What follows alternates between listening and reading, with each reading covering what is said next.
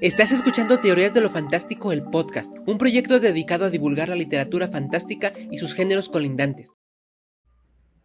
Bienvenidas, bienvenidos una vez más a este podcast ya recurrente, que bueno, eso me gusta, sobre escritoras fantásticas, pláticas fantásticas y todo lo que tenga que ver con lo fantástico, con lo monstruoso, con lo inquietante.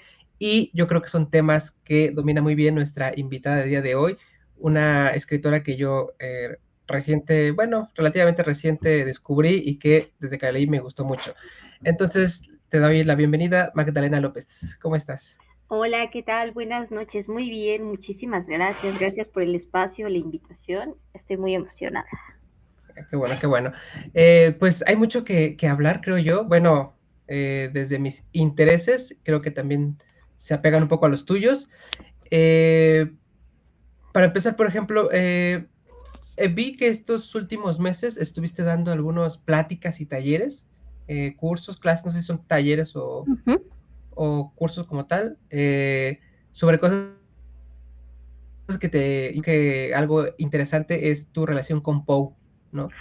Creo que por ahí hay algo sumamente intenso, y lo digo antes de hablar como tal de tu libro, pero que se refleja mucho, creo yo, esa parte de lo que él llamaba, ¿no? Esta unidad de impresión. Sí. Pero pues más o menos cuéntanos qué onda con esta relación con Poe, de dónde viene, cómo llega, un poco de eso.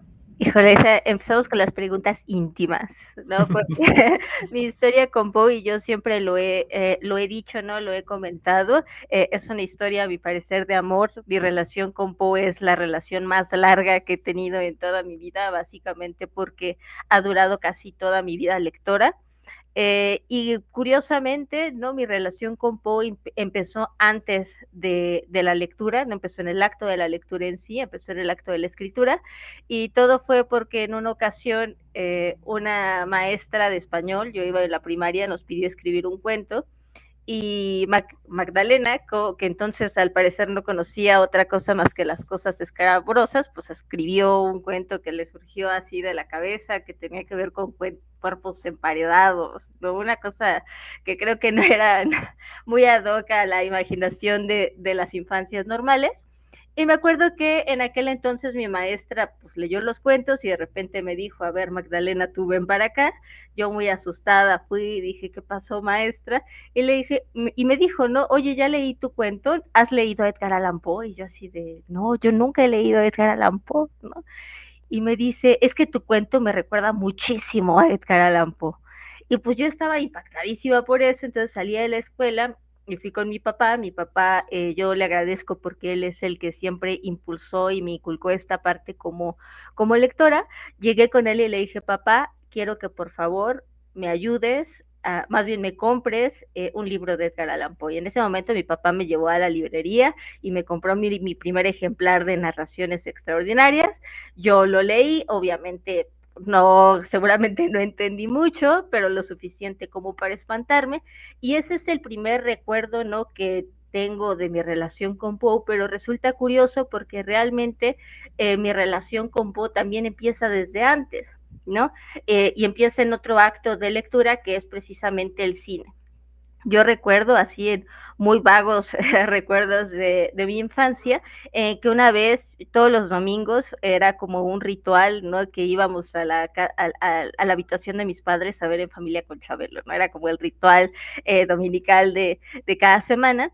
Y en una ocasión entré yo a su habitación, ¿no? Era un poco antes de la transmisión de La Familia con Chabelo, y me acuerdo que mis papás estaban viendo una película en el canal 11 o en el canal 22, no recuerdo, pero justo la escena era de unos policías que estaban desmantelando una pared y salía el cuerpo de una mujer ya en estado de putrefacción y arriba de ella había un gato con unos gatitos alrededor, ¿no? Y después, pues obviamente crecí, leí El gato negro y supe que ese había sido mi primer contacto con Edgar Allan Poe, y lo cierto es que nunca ha parado, ¿no? Edgar Allan Poe me llevó a mis primeros grandes maestros, mis grandes maestras también, que son los que participan dentro de la literatura gótica, la literatura romántica.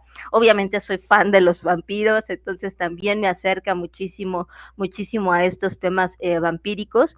Y ya cuando yo comencé a estudiar literatura y sobre todo ya a pegarme más a la literatura en una cuestión más como de investigación, Edgar Allan Poe es el autor al que más he estudiado, ¿no?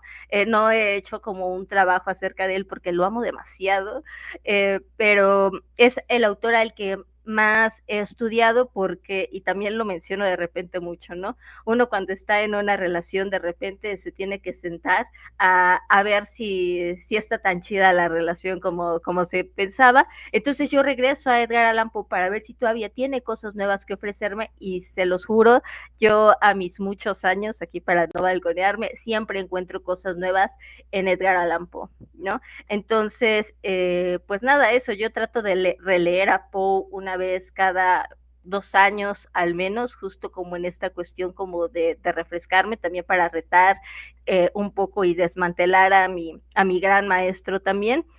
Y he querido siempre compartir estas cosas con la gente, ¿no? Entonces, siempre en cada aniversario luctuoso de Edgar Allan Poe, siempre yo ahí soy la primera en pararme, ¿no? Para decir, si alguien quiere hacer algo, tómeme en cuenta, porque a mí me encanta hablar de Edgar Allan Poe y sobre todo de estos nuevos descubrimientos. Y es que definitivamente es un gran maestro de esta parte de lo terrorífico, de lo inquietante, de llegar a una construcción de la historia sumamente precisa, ¿no? De que no sobre ninguna palabra, de que todo te lleve a esa última parte, donde digamos que es el objetivo de la lectura, y de leerla, como él decía, ¿no? De una sola sentada. O sea, realmente sí son bases súper como, no sé si decir básicas o más bien necesarias, para llegar con este tipo de literatura. Fíjate, ahorita que dijiste eso de la influencia que tuvo en Poe, estaba justamente hace unos años, se publicó, la UNAM publicó un libro de un investigador que se llama Sergio Hernández Roura, Sí. ajá, que justamente es la influencia de Poe en México, ¿no? Está genial porque ahí también nos damos cuenta cómo Poe no es como solo alguien, digamos, importante en la literatura, sino que permea justamente como tú dices, ¿no? Tú lo viste en el cine, después dijiste, de ahí viene, viene del cuento. Y de ahí pues, muchas cosas de Poe, hasta en Los Simpson, ¿no? Sí. Cosas muy culturales, ahí está algo de Poe haciendo referencia, o el cuervo ya es un símbolo, ¿no? El gato, todo esto es como, wow, o sea, tuvo demasiada influencia, que no lo vivió así, o sea, no vivió siendo un gran, sabiéndose a lo mejor internacionalmente como el maestro. Creo que su vida también tiene muchos vaivenes, ¿no? Y hasta misterios por ahí que hacen de su vida, como que aportan a esta figura de Edgar Allan Poe, mítica casi, ¿no? Sí, completamente. Y fíjate que, o sea, de repente, ¿no? Nos sentamos a pensar en Edgar Allan Poe y lo solemos conectar justo, ¿no? Más con esta parte súper gótica, ¿no? Súper de lo escabroso, de lo onírico también. Y en estas relecturas que yo he hecho de él, he encontrado que es sumamente realista, ¿no? Edgar Allan Poe, ante todo, es, y yo lo defenderé durante pues toda mi vida, si es necesario, siempre fue un gran visionario, ¿no? Edgar Allan Poe, por ejemplo, de repente en estos talleres que llego a dar de Desarmando a Poe, que siempre me lo piden, pero yo siempre me resisto a veces un poco, siempre terminamos con Eureka. Eureka es un libro rarísimo, ¿no? Porque no sabes si es un ensayo, es un cuento, es un poema, es una novela, pero por ejemplo, Eureka es un ensayo cosmogónico que Edgar Allan Poe hace a partir de la pura observación del cielo, ¿no? Y a partir de la observación del cielo, Edgar Allan Poe se antecede muchísimo a grandes descubrimientos que vinieron muchísimo después, ¿no? Estas teorías de las teorías de cuerda de los multiversos estaban en Edgar Allan Poe, ¿no? La teoría o sea, muchas teorías así científicas están en Eureka, y aparte también de repente yo me pongo a pensar estas síntomas que de repente estamos teniendo en las grandes ciudades a partir como justo del enclaustramiento, de este individualismo muchísimo más fuerte, también estas alienaciones de repente por ciertos discursos patrióticos, ya están presentes también en Edgar Allan Poe, pero llevados siempre al lado de lo terrorífico, ¿no? Incluso también estas improntas, ¿no? Por ejemplo, a nivel de la crítica literaria, Edgar Allan Poe es importantísimo, porque es uno de los grandes y de los primeros críticos norteamericanos, y aparte un crítico sumamente mordaz, ¿no? Y eso claro que permea en el periodismo que se genera a partir también, o de la crítica literaria que se genera post-Poe, dentro de todo el periodo romántico. Y por ejemplo, otra cosa que de repente no se tematiza, pero que a mi parecer es importante, Edgar Allan Poe es uno de los primeros autores que trata de vivir de la literatura, y pues obviamente vive esta suerte de altibajos que viven las personas que deciden dedicarse completamente a su arte, y a veces sacrificar cosas en el camino, ¿no? Poe siempre quiso ser poeta y de repente dice, no, es que el cuento deja más, ¿no? O no, es que la novela deja más, y pues al final, o sea, no le dejó muchas cosas, ¿no? O al menos no le dejó pues dinero, que era lo que él buscaba en aquel momento. E incluso también este tema, yo diría hasta de la pose, ¿no? La pose autoral que hoy termina siendo como muy importante, más en los tiempos de lo digital que habitamos. Edgar Allan Poe se construye una fama, ¿no? Que luego ni siquiera correspondía, ¿no? Hoy lo conocemos como este escritor súper taciturno, súper mordaz, súper alcohólico, ¿no? Como dices, todas estas características que ha recuperado la cultura pop de una manera magistral, pero Edgar Allan Poe a veces era muchas cosas menos eso, ¿no? Como que esta actitud de enmascaramiento del propio autor, ¿no? Los alcances que llegó y que ha logrado llegar a través del tiempo, pues también es una gran lección, ¿no? Sí, fíjate que, bueno, esto ya va a parecer una sesión de Poe, ¿no? Pero bueno, es que es muy interesante. También a mí me pareció muy interesante, justamente que lo relacionamos con terror, terrorífico, sobrenatural incluso, pero precisamente si vamos como al meollo del asunto, por ejemplo, a mí que me gusta más lo teórico, como analizar, ¿no? De manera teórica, es muy difícil, por ejemplo, poner a Poe como fantástico. O sea, es más como extraño, porque aún así, o sea, el sentimiento que te causa sí es de extrañeza, de terror, pero no necesariamente por algo específicamente sobrenatural que muestre al final, ¿no? O que muestre durante sus cuentos, sino más bien lo construye tan bien que tú pareces que sí, que va a ser muy lógico que al final te salga el monstruo, pero nunca sale, ¿no? Y entonces estás así de, entonces, ¿qué es esto? Y eso es realmente fascinante. A mí, así como lector y como investigador, me parece fascinante, ¿no? Que se logre eso. Y también, como dices, creo que el que lo releas y llegue siempre a algo, creo que habla también por eso puede ser denominado como clásico, ¿no? O sea, que esto que dices que estuvo un poco adelantado, me parece que también es como mantenerlo actualizado en nuestras lecturas que hacemos hoy. Y también que sí está pegado a lo terrorífico, por decirlo generalmente, de manera general, pero también a lo policial, ¿no? Y eso también habla de cierta parte de razón, de raciocinio, ¿no? Y cómo chocan esas dos vertientes de normalmente, pues todos a lo mejor los autores que lo anteceden son más, no tanto de explicaciones, entonces se va más a lo fantástico, como Pinson Hoffman, ¿no? Por ejemplo, donde ya es otro rollo, es más como un ambiente más dentro psicológico del personaje y todo esto, pero Poe siempre como que veo yo que esas explicaciones le gusta como atraparte, engañarte de cierta forma, para que al final todo se conecte y digas, wow, nunca lo vi venir. Esa es la magia de Poe. Pero sí, qué bueno que... Y ya de todo lo que nos has contado, pues cuando saques tu Desarmando a Poe, ahí estaremos, ¿no? Por supuesto, invitadísimos. Claro, claro. Bueno, fíjate, también de lo que mencionaste al principio, me da curiosidad que dices que tu papá te lo compró. Entonces, eso habla o sea, tú tuviste de cerca la lectura desde niña. ¿Fue algo para ti normal? ¿Creciste con leyendo, bueno, Poe, y de ahí supongo que una vertiente de terror? Pero veo también que te gusta mucho el cine, ¿no? Toda la película, o sea, el terror como en todas sus vertientes. Cuéntame un poquito de eso, de cómo creciste con todo esto. Hoy, pues, es que luego develo mis traumas familiares, pero todos los tenemos, entonces todas y todas las tenemos, entonces eso me alivia un poquito. Fíjate que yo, o sea, mi inicio de la lectura insisto, ¿no? Y aquí siempre le agradeceré a mi papá durante mucho tiempo, pero siempre fue fantástico, ¿no? Yo recuerdo que el primer libro que leí o con el que tuve acercamiento fue Cien años de soledad, ¿no? Ahorita que anda de moda justo por el tema de la serie, y es otro de los grandes recuerdos que yo tengo como de mi primera infancia, que yo iba, o sea, en la casa de mis padres tenía un pasillo muy largo que terminaba en unas escaleras y esas escaleras te llevaban al estudio de mi padre.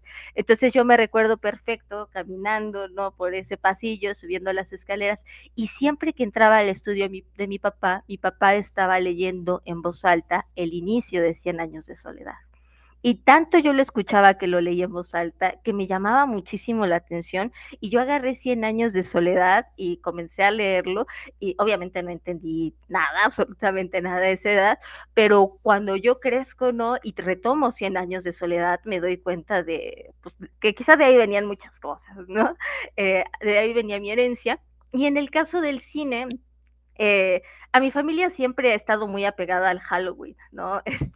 Mi familia siempre le ha gustado muchísimo, muchísimo el terror y fíjense que eso es algo como bien extraño que me ha pasado a partir de que yo he conversado a lo largo de estos años con mi experiencia de terror, como que se me desbloquean recuerdos de mi cabeza, muchísimo mejor que en terapia a veces. Eh, y me ha sucedido que yo recuerdo, ¿no? Por ejemplo, voy hacia mi infancia y yo recuerdo que, insisto, ¿no? A mi familia le encantaba el Halloween y yo crecí toda la vida con un cuarto que siempre almacenaba un ataúd blanco que solamente salía en las noches de Halloween. ¿No? Entonces ahí ya había como hasta un simbolismo súper fuerte, ¿no? La muerte siempre estuvo presente en mi casa y si yo me pongo a reflexionar a lo largo de mi historia de vida, pues eso va adquiriendo como muchísimo más fuerza. Y otra de las presencias de la muerte dentro de mi espacio doméstico fue precisamente el cine, ¿no? A mi mamá le encantaba el cine de terror, todavía le encanta, no la asustan muchas cosas, pero había un monstruo en particular que le daba miedo y ese era Freddy Krueger, ¿no? Entonces, a mí me encanta Freddy Krueger, no soy la peor pesadilla de mi madre, ¿no? Porque a mí me fascina Freddy Krueger, me encanta rever las películas, ¿no? Me gustan a las películas que nadie le gusta, porque Freddy Krueger me parece de verdad un monstruo humano maravilloso, ¿no? Y también, bueno, a mi familia también le encantaba muchísimo el cine slasher, yo heredé también ese gusto enorme por el cine slasher, porque siento que el slasher nos conecta pues con el miedo más primordial que tenemos, que es el miedo a la amenaza, al peligro, o simplemente nos regresa a este estadio muchísimo más primitivo, pues del cazador y la presa de repente, ¿no? Y todo lo que eso termina detonando. Pero con el cine también me pasó algo como bien curioso, ¿no? Y particularmente con Freddy Krueger, que se generan, el terror siempre se ha generado dentro, siento, de mi vida, como con relaciones familiares muy extrañas, y lo digo por esto. Mi amor por Freddy surgió porque una vez, igual yo estaba muy chiquita, me estaba cuidando una de mis tías y mi tía me quiso hacer una broma, sonó el teléfono, contestó y dice, sí, ¿quién la busca? Y me acerca el teléfono, muy como de Scream, y me dice, Magdalena, es para ti. Y yo, pues, ¿quién me habla? Me dice, es tu tío Freddy. Y yo no tengo ningún tío Freddy.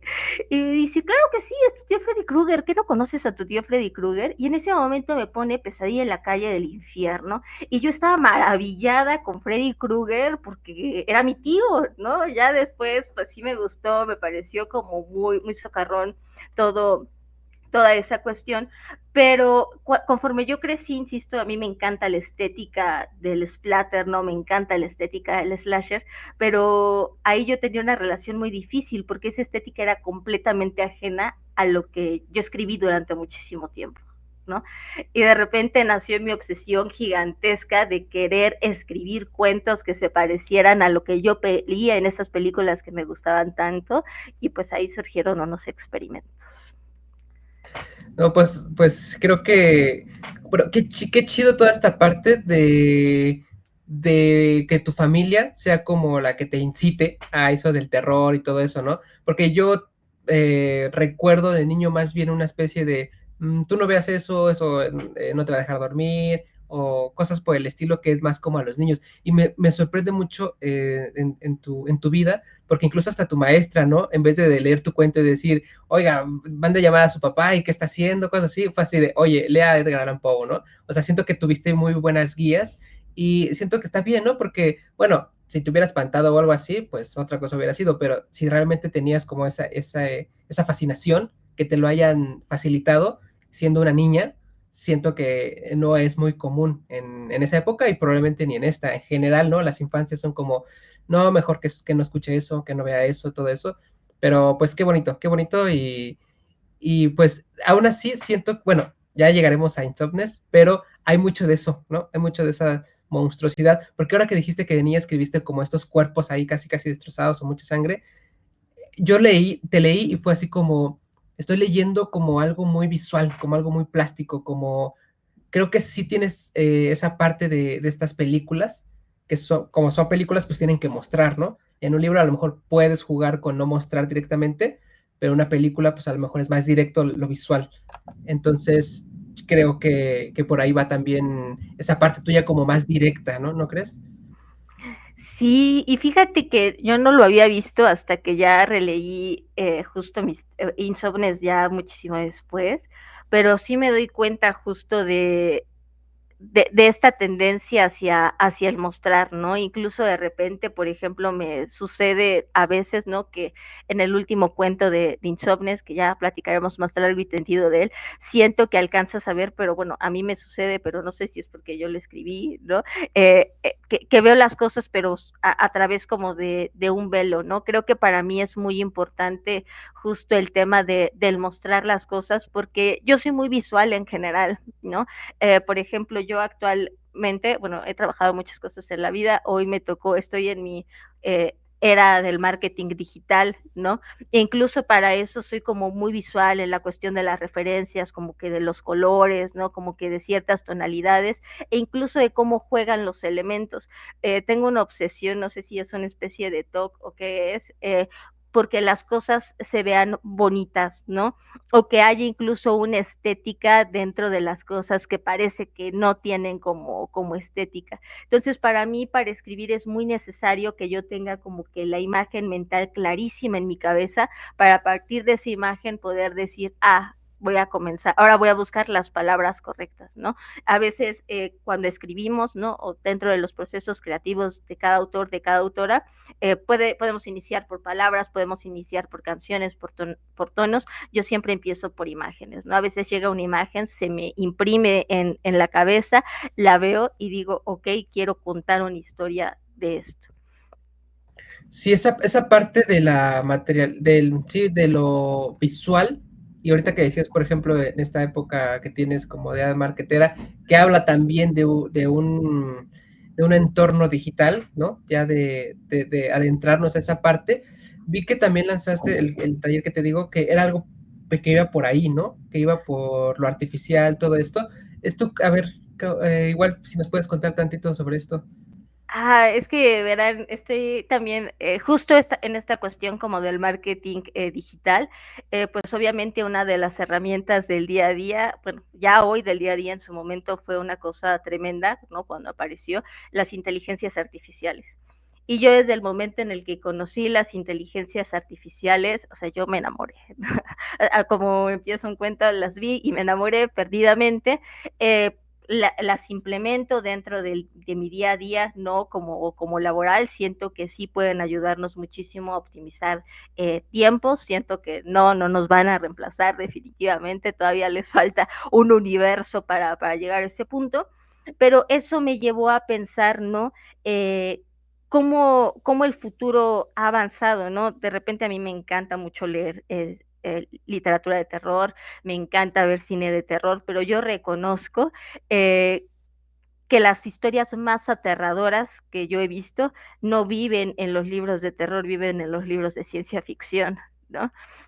Entonces tengo de repente como este flirteo de repente como con la ciencia ficción, también me gusta mucho, y de repente me puse a pensar, ¿no? O sea, ya el futuro ya nos alcanzó, ¿no? Y me resulta monstruoso, una de las cosas que más monstruosas me resultan más ahora que justo trabajo en medio como que de lo digital, cómo el futuro se desactualiza tan rápido como nos alcanza, ¿no?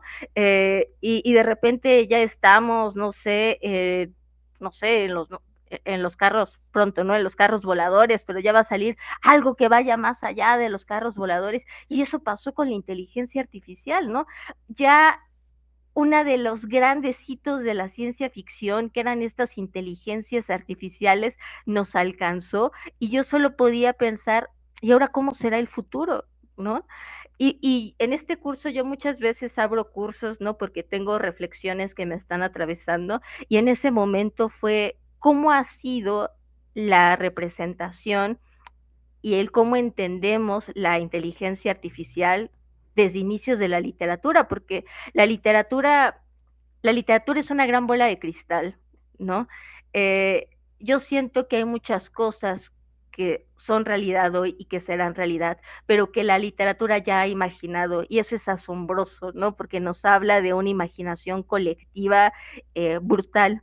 Entonces decidí hacer este ejercicio de revisión y de verdad que salí muy asustada, debo decir que salí asustada, pero también salí como maravillada, ¿no? Por ejemplo, una de las cosas que justo descubrí al revisar, ¿no? Las lecturas de este curso fue el tema de cómo las primeras inteligencias artificiales siempre fueron femeninas, ¿no? O sea, las crean los hombres, pero siempre son mujeres, ¿no? Entonces ahí también hay un fetiche, ¿no? Con la feminidad digital, que tiene todo que ver con el control y tiene todo que ver con la autonomía. Entonces, eso también es brutal y también es terrorífico. Fíjate, es algo que yo no me había puesto a pensar, ¿eh? Esa parte como de lo femenino en el imaginario de las inteligencias artificiales parece muy interesante. Y además también, por ejemplo, rescatas cuentos no tan contemporáneos, ¿no? Porque ahorita sí se escribe mucho de eso, más antiguos.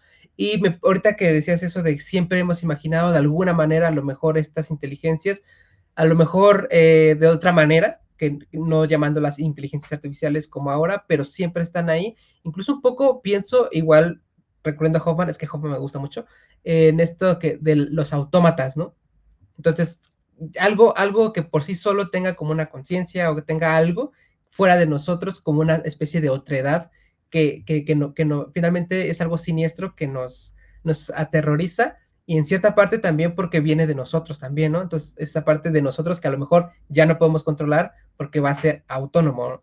Es algo que sí, como dices, tiene más de la ciencia ficción, pero que se mezcla, ¿no? Tanto la ciencia ficción, el terror, todo esto siempre tiende a mezclarse. Ahora es muy difícil, creo yo, encontrar esa pureza, que hablar de pureza también es un tema que pues no se va a llegar a nada, pero para más o menos tener los límites. De esta parte, por ejemplo, yo también soy un poco, pienso como tú, de cómo nos alcanza muy rápido. Y yo recuerdo que por 2010 hubo un boom, o un auge más bien, de películas sobre el fin del mundo, ¿no? Y que se venía lo del 2012 y todo era fin del mundo. Y también sobre los zombies. Y pues precisamente el fin del mundo con zombies. Y yo me acuerdo, pues ya ser más joven y pensar en, imagínate con mi hermano, ¿no? Imagínate tú qué harías si hay una epidemia, algo así. Era algo de otro mundo, algo de fantasía o ciencia ficción. Y después pasan 10 años, sí, más o menos 10 años, y está la pandemia. Y es así de, después de la pandemia creo que ya no me sorprendería nada, ¿no? Si encontraron ovnis no me sorprende, si hay una guerra mundial no me sorprende. Es decir, que tanto también ya estamos muy inmersos en nuestra cotidianidad que cosas como la IA llega y simplemente se adapta a lo cotidiano, ya no es como para en el mundo hay una IA, sino simplemente, ok, dile a ChatGPT que te ayude a hacer el resumen del Quijote.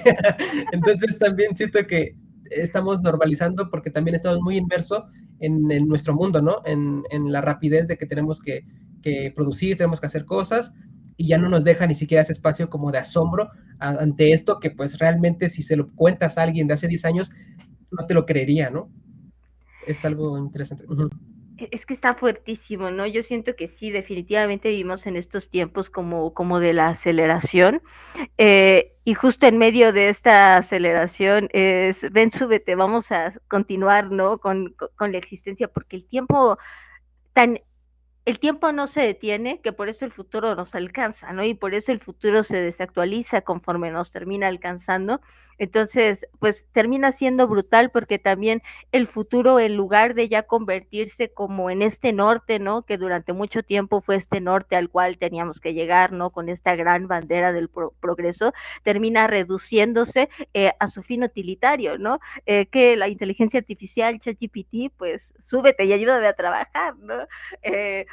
Ayúdame, y otra cosa que también es monstruosa, ¿no? Porque yo digo, pues seguramente no nos va a reemplazar pronto la inteligencia artificial, pero de repente sí se integra de tal manera que termina reemplazando de alguna manera la mano humana, ¿no? Y eso termina generando como también un impacto como bastante importante. Ahorita que, por ejemplo, dices esto de las películas de las pandemias, bueno, sí, justo de la enfermedad de las pandemias, yo recuerdo que cuando llegó la pandemia, fui al súper, a una aurrera, todo estaba vacío, ¿no? O sea, los estantes vacíos, no había nada, o había una cosa de aceite, de arroz, de frijoles, y yo dije, menos mal que la literatura y el cine me prepararon para este momento, porque si no habría sido traumático, ¿no? Si no hubieran existido narrativas que dieran sentido de manera anticipada a esa experiencia, yo creo que sí nos hubiéramos vuelto locos. Sí, y de hecho por eso muchas veces se habla de esta literatura especulativa, ¿no? Que si bien no es como anticipar lo que va a suceder como de una manera de premonición, sí habla mucho, por ejemplo, de cómo nosotros con nuestro presente concebimos que va a ser nuestro futuro. Entonces, yo lo veo a veces con que, digo, generalizando, ¿verdad? Que las literaturas de ciencia ficción muy antiguas siempre decían como, ya llegó la tecnología, entonces el futuro va a ser brillante, vamos a ir al espacio, vamos a tener mayores facilidades, pero después pasa todo esto de, o sea, el siglo XX fueron guerras mundiales, fue destrucción, y ahora nos toca a nosotros pensar un futuro caótico, ¿no? Entonces, también, por ejemplo, eso se toma en este, pues, concepto raro de la posmodernidad, ¿no? De que ya no tenemos un futuro seguro, ya pensarnos hacia adelante es pensar en crisis, pensar en pobreza, ¿no? Pensar en marginalidad, ya no tenemos como ese pensamiento feliz de el futuro es bonito, sino de, oye, quisiera detenerlo porque lo que se viene seguramente va a ser muy feo. Terrible. Sí. Muy bien, muy bien. Es demasiado rico estas pláticas porque siento que de todo esto, pues justamente se puede, hay una especie de escena de escritores que justamente tocan estos temas, ¿no? Que abordan desde géneros de irrealidad, estos temas que finalmente, como dices, puede que pasen 20 años y ya no sean de irrealidad, sino ya sean un hecho. Entonces está interesante.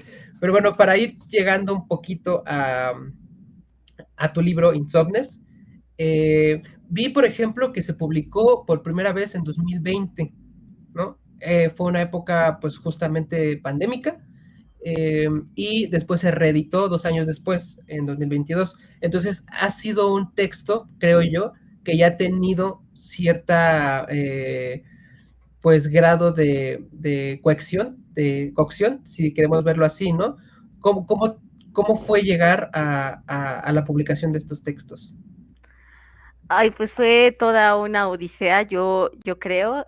Sí, Insomnes ya justo, ya es un libro que justo este añito ya va incluso a finales, ¿no? De diciembre, creo que fue cuando me dieron la noticia que sí iba a salir, que ya cumple 4 años, ¿no? Y yo estoy impresionada y muy agradecida, me siento muy honrada de verdad, porque es un libro que todavía se sigue leyendo, ¿no? De repente, y lo comento, a mí me avergüenza mucho, ¿no? Cuando me invitan, ¿no? Así de, ay, vente a presentar Insomnis, digo, yo, o sea, seguro es el libro más presentado de la historia, ¿no? O sea, mejor, pero bueno, igual voy, ¿no? Igual me aviento, pero eso habla justo de que a pesar de todo, a pesar como del tiempo, que 4 años se dice poquito, pero hoy en estos tiempos acelerados, pues ya es como un tiempo constante, pues sigues, ¿no? Justo como encontrando rutas, y siempre estaría agradecida de eso. Pero lo cierto es que los textos que conforman Insomnio son mucho más viejos, ¿no? Susana, por ejemplo, que es el libro con el que abre la antología, es el cuento más viejo de todos, ¿no? Estamos hablando de que Susana existe desde hace casi la mitad de mi vida, ¿no? Es un cuento, pues sí, que ya tiene sus años, pero a mí lo que me llamó la atención, ¿no? Cuando yo los junto, es que todavía tenían tanto que decirme de la persona que yo era entonces, que por eso decidí cómo publicarlos, ¿no? Para mí fue muy difícil, yo sufro así como muchas personas del síndrome del impostor y yo igual casi no lo menciono, pero esta es una verdad, yo soy mi mayor hater, ¿no? Entonces, a mí casi no me gusta nada de lo que escribo, ¿no? Yo soy una persona que escribe como muy lento, ¿no? Que los textos reposan mucho, que saco un libro muy de vez en cuando, pero porque mi grado de autoexigencia es monstruoso, ¿no? Y a mí casi no me gusta nada de lo que escribo, pero a pesar de eso, estos 6 cuentos que conforman la antología fueron 6 cuentos que a mí sí me gustaron, ¿no?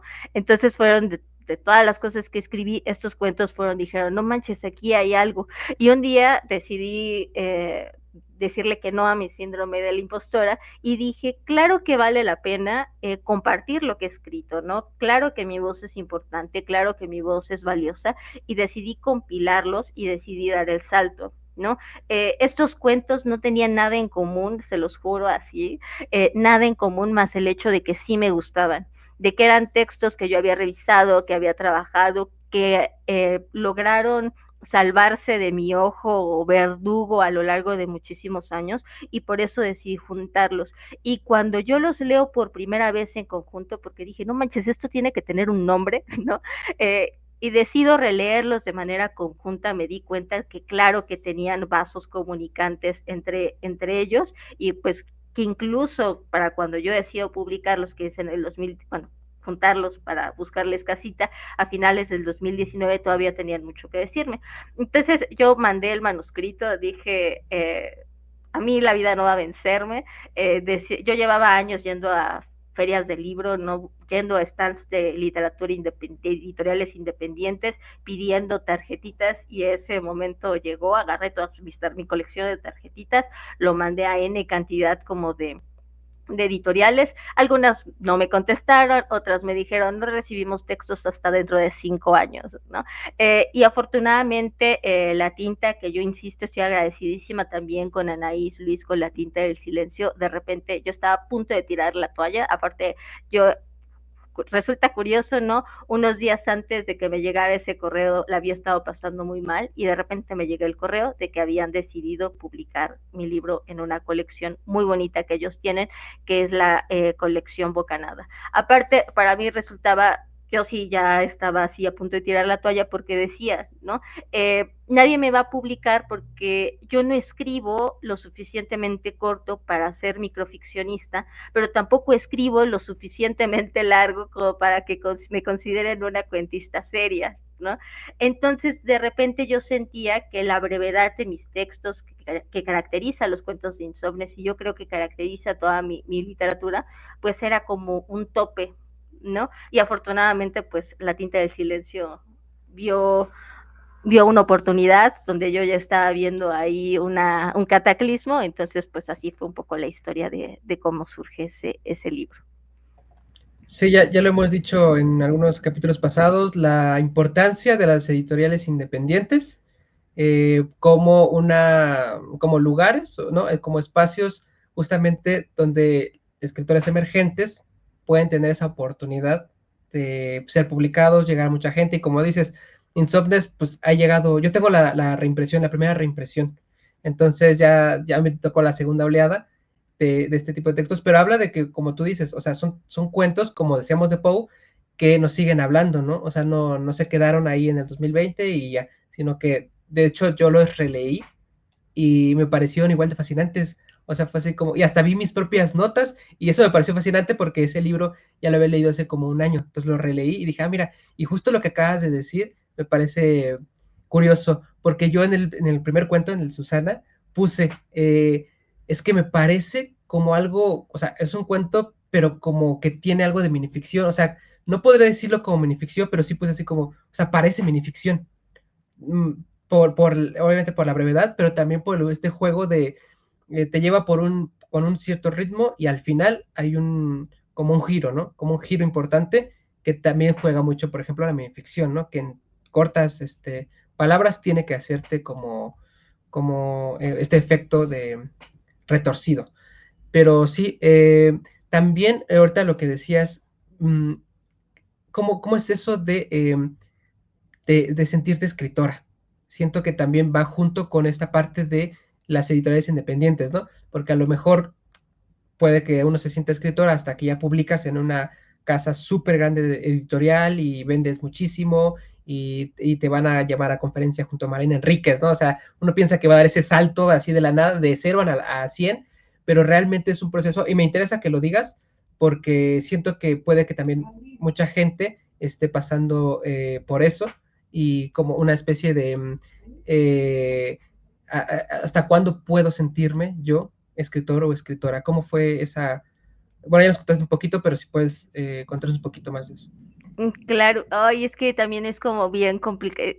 Nunca se dejen llevar, así, mi consejo de hoy, jamás se dejen llevar por el síndrome del impostor o de la impostora tantísimo como yo, porque eso les lleva a creerse grandes mentiras, ¿no? Yo creo que podría decir que en el momento en el que dije, no manches, ¿no? O sea, creo que sí soy escritora, fue después de la pandemia. O sea, Insomnes ya se había como presentado, que eso también es interesante, ¿no? Insomnes logró darse a conocer incluso en medio de la pandemia, cuando no había como tanto movimiento, pero con este boom de lo digital. Pero en el 2021, me parece, fue la primera vez que me invitaron a la fila a firmar así libros en la fila del Zócalo. Fue un momento muy, muy importante para mí, porque cuando yo estaba ahí firmando los libros y veía, ¿no? Cómo se movía el libro entre la gente, fue cuando dije, ah, caray, creo, o sea, creo que sí soy escritora, ¿no? Pero lo que a mí me gustaría decirle a la gente, y más importante, primero es, sus palabras son valiosas, sus palabras son importantes, sus palabras valen la pena que sean trabajadas, ¿no? Que las revisiten y que trabajen en ello. Y desde el momento, o sea, y en el momento en el que ustedes deciden escribir a conciencia, en ese momento yo les diría, ustedes ya son escritores, ya son escritoras. Lo único que hace falta es trabajo, ¿no? Disciplina, porque como en toda, finalmente, como todo arte, como trabajo, se requiere como muchísima disciplina para trabajar, para pulirse, ¿no? Las rutas, incluso para encontrar su propia voz también. Pero ya lo son, ¿no? Y lo que sigue es únicamente como ir posicionando esos textos, que es una consecuencia, ¿no? Final de cuentas, cuando nosotros trabajamos nos damos el voto, escribirlos, nos damos el voto de confianza, es decir, son valiosos, son importantes. El siguiente voto de confianza es moverlos, ¿no? Pero tú ya eres escritora, escritor, desde el momento en el que sacas una palabra y decides trabajar en ella. Entonces, no se esperen tanto como yo, porque, o sea, realmente yo les estoy diciendo que para que llegara el momento en el que yo dije, no manches, creo que sí soy escritora, aparte que me tomó así por completa sorpresa, o sea, pasaron más de 15 años, ¿no? Entonces, es demasiado tiempo. Entonces, ustedes no sean esa persona, ustedes sí confíen en ustedes, y si no confían en ustedes, yo confío en ustedes, ¿no? Sépanlo. Oye, sí, oye, es bastante tiempo. Yo pensé que ibas a decir, me tardé 2, 3 años, pero 15, wow, es No, mucho. es mucho, es mucho. Sí, y fíjate, algo que me gusta que dices es la publicación finalmente es una consecuencia, ¿no? No es lo que te va a hacer escritor. Y también algo que dijiste hace ratito es lo de, dices, tú escribes lento, y siento que incluso ya es como una especie de bandera en el buen sentido, porque hablaba justamente con Jazmín de, a lo mejor muchos quieren ya publicar lo que sea, ¿no? O sea, todo rápido, y justamente hablábamos de estos tiempos, de la inmediatez, de necesito publicar justo para sentirme escritor o para lo que sea, y que alguien, bueno, diga, pues yo escribo lento, me tomo mi tiempo, las revisiones, y que tienes esta visión de ti misma como crítica, que a lo mejor demasiado crítica, pero igual la tienes así, pues en cierta parte está bien, a lo mejor el extremo también es como no ser tan duros consigo mismos a veces también, ¿verdad? Sí.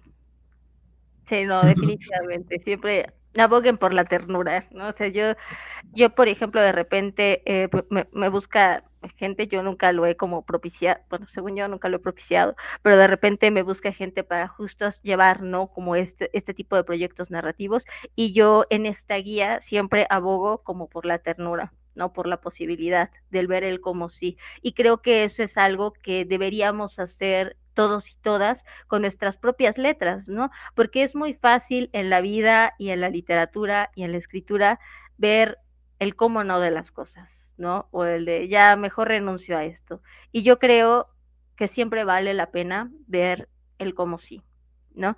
Y también pienso que en este cómo sí aplica también como la vida, ¿no? Cuando dice, llega ese momento, bueno, me acaba de pasar con mi hermana, nuevamente balconeando, que decía, ya todo, es que ya todos mis compañeros con los que entré a la universidad ya salieron y yo sigo aquí, y es como de esta frase de mamá, ¿no? De tía, de, o sea, es carrera, no son carreritas, ¿no? Lo mismo aplica para la escritura, ¿no? O sea, no son carreritas. Y lo cierto es que todas las cosas se cocinan mejor a fuego lento, ¿no? La digestión también es lenta, ¿no? Y tenemos que entender que escribir no es solo, pues me siento aquí frente al teclado y escribo lo que sea que tenga en mi cabeza, no. O sea, la escritura nace incluso desde antes, ¿no? Pues nace de la lectura, ¿no? Por ahí me parece que Borges es quien dice, ¿no? Un gran escritor es ante todo un gran lector, ¿no? Comenzamos a escribir desde los libros que leemos, pero también de la vida que nos atraviesa y que nos toma tiempo asimilarla para entonces escribirla. Y ese proceso jamás va a ser rápido, jamás va a ser inmediato, ¿no? Siempre va a tomarse, insisto, como su tiempo para existir.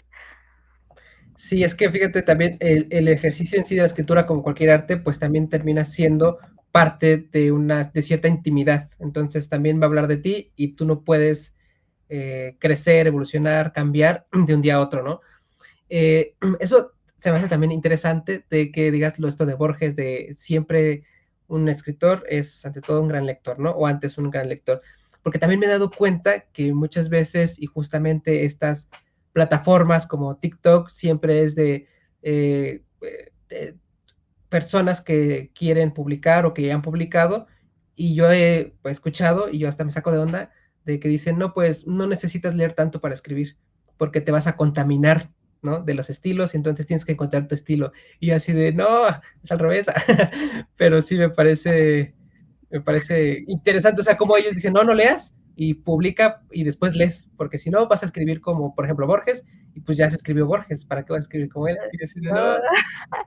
No, no, pero creo que tiene que ver con la cuestión de la producción, ¿no? Por ejemplo, de repente esta cuestión como eh, de la aceleración, ¿no? Que está en las plataformas digitales, ¿no? A mí me parece eh, práctico a veces, ¿no? Monstruoso otras, que ya exista la posibilidad de darle por dos o por tres a tus videos y a tus audios, porque habla de la aceleración en la que vivimos, ¿no? O sea, ya de repente no puedes escuchar una nota de voz del WhatsApp en una velocidad normal, a fuerza le tienes que poner por dos para que se acabe más rápido y tengas más tiempo como para contestar. Y eso habla también de que estamos consumiendo más rápido para tener más tiempo para consumir, ¿no? Pero también queremos acortar los caminos porque queremos más tiempo para producir, ¿no? Queremos producir más rápido porque, y yo lo he visto de repente en las nuevas generaciones, ¿no? Como si la vida se acabara más rápido, ¿no? De repente, una vez estuve en un círculo feminista donde hablaban de la adultofobia, ¿no? Y cómo la adultofobia estaba permeando estas nuevas generaciones, y yo creo de repente que es más cierto de lo que de repente podría parecer, pero como de repente ya llegar a los 30, a los 35 años y ya te viste tener tu vida resuelta y es como de, oye, aguanta, ¿no? Esto apenas está comenzando. Entonces, tómate tu tiempo para leer, porque leer te lleva a descubrirte, o sea, no es como que vamos a leer para influenciarnos, para conocer a los grandes maestros y a las grandes maestras. Eso no, o sea, los leemos para disfrutarlos, para asimilarlos, pero también para descubrirnos. Yo no me habría descubierto a mí misma o mi propia voz narrativa si no hubiera leído a Poe, si no hubiera leído a Shelley, ¿no? Si no hubiera leído a Guadalupe Dueñas, si no hubiera leído a Amparo Dávila, ¿no? Si no hubiera leído poesía, si no hubiera leído ensayo. ¿no? Y creo que eso también nos habla de la autenticidad, el saltarnos el paso a directamente a la escritura y escribe lo que quieras, siento que puede ser un arma de doble filo, porque también cómo sabemos que sí somos auténticos, ¿no? Si no conocemos lo que hay, ¿cómo sabemos que somos auténticos frente a lo demás? Y creo que, pero eso también es sintomático de estos tiempos, porque hoy en día, aunque sí hay, según como se aboga mucho por lo auténtico, lo sientes que estamos en el tema de las producciones en serie, ¿no? Las producciones en serie a nivel televisivo, ¿no? La literatura en serie, etcétera, etcétera. Sí, y fíjate que esa producción en serie es algo que termina mermando, creo yo, la creatividad, o sea, como que termina encapsulándola. Me pasa a mí ya, bueno, incluso haciendo videos. O sea, el simple formato de sentarme y hablar de un libro es como, bueno, quiero hacerlo diferente, o sea, no quiero seguir igual, pero, o sea, como las plataformas te piden regularidad, tienes que hacerlo. Y como tú dices, o sea, me cayó el 20 y me sentí utilizado. Bueno, ya lo sabía, ¿no? Pero me gusta mucho, por ejemplo, que también en toda la conversación has utilizado mucho la palabra monstruo o monstruosidad en diferentes ámbitos. Y eso me gusta mucho porque ese concepto me parece muy propio para muchas cuestiones y no solamente como para los monstruos en general que conocemos, o los clásicos, sino para cuestiones hasta cotidianas, ¿no? Ya lo vemos con la inteligencia artificial, lo vemos con esto de la inmediatez. Ese es un tema que entiendo que es uno de tus temas favoritos, la monstruosidad. Eso viene justamente de la literatura, del cine, y lo has ido aplicando también ahorita en la conversación a muchos términos. Es algo con lo que tú convives, digamos, que tú veas en tu cotidianidad y digas, esto es monstruoso. Así Claro que sí. pasa. Ujú. Sí, así es que realmente nosotros creemos que los monstruos viven bajo la cama, pero lo cierto es que los peores monstruos no viven bajo la cama, ¿no? Eh, para mí también me quedó como muy claro desde chiquita, ¿no? No tan chiquita como las otras cosas que les he contado, pero sí chiquita, que la monstruosidad estaba en el día a día, ¿no? Y eso tiene también que ver con la presencia que la violencia, particularmente la violencia como que sistémica, ha tenido como en mi vida, ¿no? Que es igual, ¿no? Como un episodio como muy cruento que he platicado creo que en alguna ocasión, pero para mí quedó como claro siempre, ¿no? O sea, la violencia está en el día a día, más bien lo monstruoso está en el día a día, está en las calles, está en tu propia práctica cotidiana, está incluso en tus propias prácticas familiares, está en las relaciones, por ejemplo, que hoy estableces, que con el mundo laboral, ¿no? Que con el mundo académico, ¿no? El mundo real está lleno de monstruos y creo que vale la pena identificarlos, porque si no los identificamos, no los confrontamos y al contrario, los normalizamos y eso también es peligroso. Sí, cuando uno piensa en esta idea de lo monstruoso y empieza a analizarlo, es monstruoso, porque precisamente también definirlo habla de que para nosotros qué es el monstruo. O sea, y eso también habla de nosotros mismos, de cómo nos concebimos a nosotros. Alguna vez tuve una clase justamente de literatura sobre el monstruo, y yo dije, bueno, vamos a ver así, como monstruos, ¿no? Como Frankenstein, como, pero a lo mejor letras hispánicas, porque yo estudié eso, pero realmente también era como, oye, vamos a ver cómo antes el monstruo era algo y esa idea fue cambiando. Entonces me pareció interesante como, por ejemplo, antes a lo mejor el monstruo era como una combinación de naturalezas, ¿no? Y tenemos a estas bestias míticas, donde mitad, no sé, mitad águila o mitad humano, cosas así, ¿no? Y eso ya es monstruoso, más corporal. Pero también después, ya entrado justamente a las épocas de la razón, la inteligencia también ya empieza a asociarse con lo monstruoso, porque también ya estamos viendo esa parte, ¿no? No sé si has leído, por ejemplo, un manga que se llama Monster, no, no, el manga o viendo el anime, y yo dije, o a lo mejor esto es un super manga de monstruos así alucinantes, sobrenaturales, y no, es una historia policial. Te la recomiendo, a lo mejor yo creo que te gustaría mucho. Es uno de esos mangas, animes que no se notan tanto, pero quien lo conoce está encantado con ellos. Y bueno, no te spoileo nada, pero justamente tiene que ver con esta parte no del monstruo sobrenatural, ¿no? Sino de este tipo más inteligente, más que también hay monstruosidad en eso, ¿no? Pero la plática se me está yendo muy rápido y ya estamos por terminar, Sí. pero no quiero dejar pues invitar a la gente que lean a Magdalena, aquí para quien lo ve en video, es su libro Insomnes, publicado por La Tinta del Silencio, súper recomendable y súper asequible porque es una colección que además de mostrar autores emergentes, también esta parte de la economía, pues es, es un libro económico y eso creo que ayuda mucho a la gente que quiere leer, porque luego es inaccesible, ¿no? Los libros bueno, no voy a decir editoriales, pero esos libros que ya sabemos cuáles son, súper carísimos, ¿no? De 600, 500 pesos y no puedes conseguir nada más. Ese es un punto más para las editoriales independientes. En cuestión de tu libro, para ir cerrando un poquito, sí noté mucho yo que sí eran diferentes entre ellos, a pesar de que podían unirse en cierta manera un poco como, no sé si decir temática, pero, por ejemplo, hay un cuento que me pareció incluso como que juegas mucho con el tiempo, que es Insomnio, si no me equivoco. Sí. Y justamente ahorita que decías que leías, mencionaste a Amparo Dávila, otra de mis notas me recordó a Amparo Dávila. O sea, esta parte, como ella tiene su cuento, ¿no? De Tiempo Destrozado, me recordó algo así como de, parece un sueño, parece realidad, pero parece una realidad incoherente. Entonces, siento que a lo largo de porque son pocos textos, pero aún así siguen siendo textos como diferentes entre ellos, ¿sí me entiendes? Como, o sea, está esa parte que yo vi del tiempo me fascinó, no sé si también venga con una idea de tu idea del tiempo, que también es otro temazo, y también está la parte más, porque ese lo sentí como ambiguo, como onírico, pero unos cuentos después, súper contundente, ¿no? De la sangre, de una escena en el baño súper intensa, que justamente recurres a estas figuras clásicas del cine. Yo dije, wow, o sea, tienes un espectro muy amplio de escritura, ¿no? De jugar desde lo ambiguo hasta lo monstruoso directo. Entonces, no sé si quieres contarnos un poco de estos cuentos para ir más o menos cerrando. Claro que sí.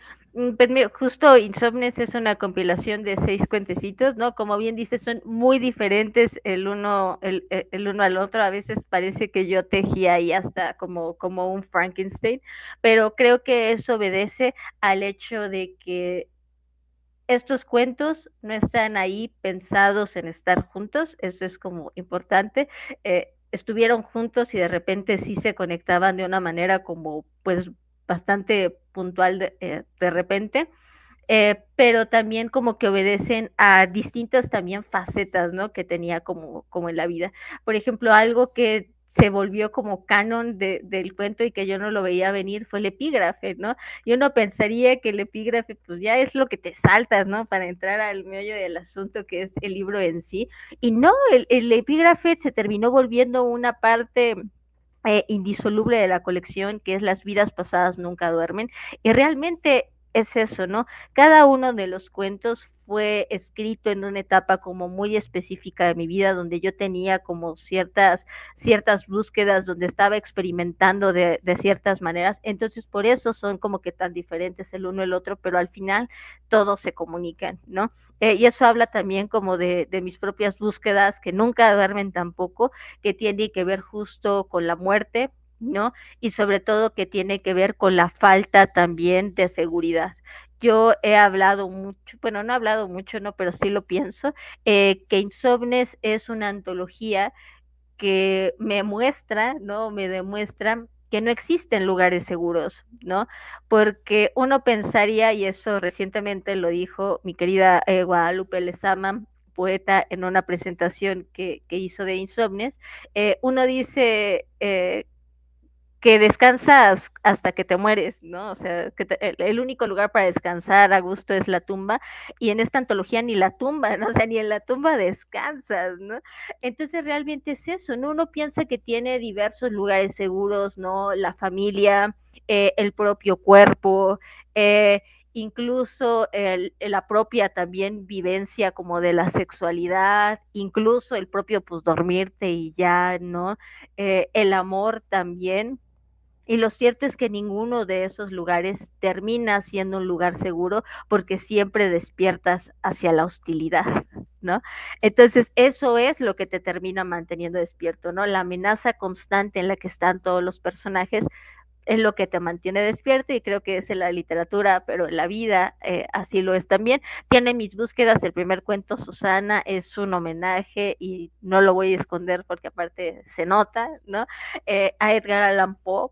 Yo escribí Susana después de haber leído muchísimo a Edgar Allan Poe, después de conocer su estructura, no se nota, pero también se nutre mucho de mi propia vida, ¿no? El cuento Glotonería, que creo que es el segundo, yo lo escribí, ese y el de Insomnio, justo que mencionas, los escribí en momentos muy específicos, ¿no? En el primero yo estaba enferma del estómago, tenía un dolor terrible del estómago y dije, o sea, este dolor, la cotidianidad siempre es un cuento, ¿no? Si lo buscas, tu cotidianidad es un cuento y ahí está en Glotonería. Insomnio le escribí una noche que no podía dormir, ¿no? Entonces también es como esta pérdida de la conciencia del tiempo que tenemos justo cuando tenemos hasta una crisis que nos quita el sueño, ¿no? El último cuarto para las 9, que también tiene como esta, que ese sí es como un monstruo, regresando a los monstruos, algo como mío, este afán de repente como por la perfección, ¿no? Creo que yo siempre digo que tengo TOC, mi propio proceso escritural tiene mucho de TOC, ¿no? Pero este afán de conservar, ¿no? Como que la perfección de la vida para que la vida no se escape, eso también, ¿no? Me pasó en una ocasión que me enamoré perdidamente y yo dije, oh, pero es que, ¿por qué? O sea, ¿por qué la vida tiene que pasar por este sentimiento, tiene que pasar por estos cuerpos? ¿Por qué no podemos conservarlos eternamente? Y surge el sexto cuento, que no les voy a spoilear, pero es una historia pues bastante escabrosa. Sí, definitivamente es una historia que tienen que leer. Y fíjate que ahora que lo dices, algo que sí podría relacionarlos es justamente el cuerpo, ¿no? El cuerpo como, es que vamos a rezarlo como monstruo, incluso con los, o sea, como un simple dolor de estómago de esta manera que tú lo tratas, llegar a ese punto, que realmente lo es, ¿no?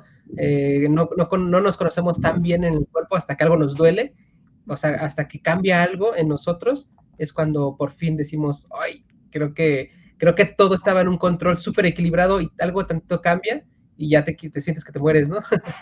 Pero bueno, es que han sido temas muy interesantes, creo que eres una escritora y una persona muy interesante y que creo que tiene muchas cosas que decir justamente, como que tienes tus temas muy, muy que te atraviesan, como esa parte del monstruo, como el terror, pues simplemente de lo que nos contaste desde tu niñez. Entonces siento que sí, que si hay alguien que está escuchando que quiere justamente o se identifica contigo en estos temas, creo que es un libro que sí se disfruta mucho desde estas partes, ¿no?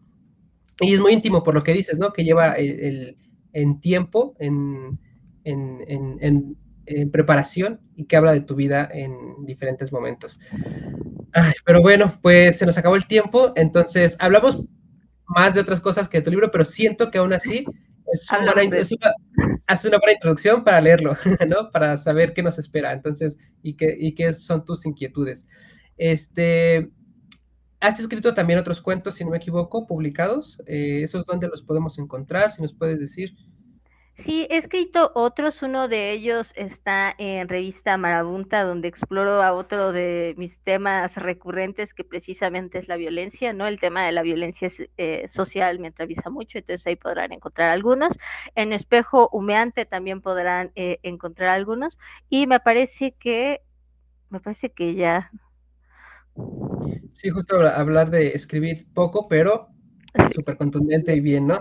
Entonces, igual esto saldrá en Spotify, en YouTube. En Spotify no lo sé, pero en YouTube yo puedo dejar los links, entonces dejo los links para tu libro, tus redes sociales y los cuentos que nos acabas de mencionar para que la gente pueda leerte. Y pues bueno, no queda más que agradecerte, Magdalena, por el tiempo, por la charla muy enriquecedora, muy interesante, monstruosa, y ya no voy a poder dormir. Pero la verdad, muchas gracias por estar en este espacio. No, muchísimas gracias a ti y a todas las personitas que nos van a escuchar en el futuro. Muchísimas gracias por Exacto. el espacio. Y bueno, nos vemos en un siguiente capítulo fantástico. Bye. Gracias por escuchar este episodio. Encuéntrame en Instagram como Teorías de lo Fantástico. Ahí hablo de libros, historia y conceptos sobre este género.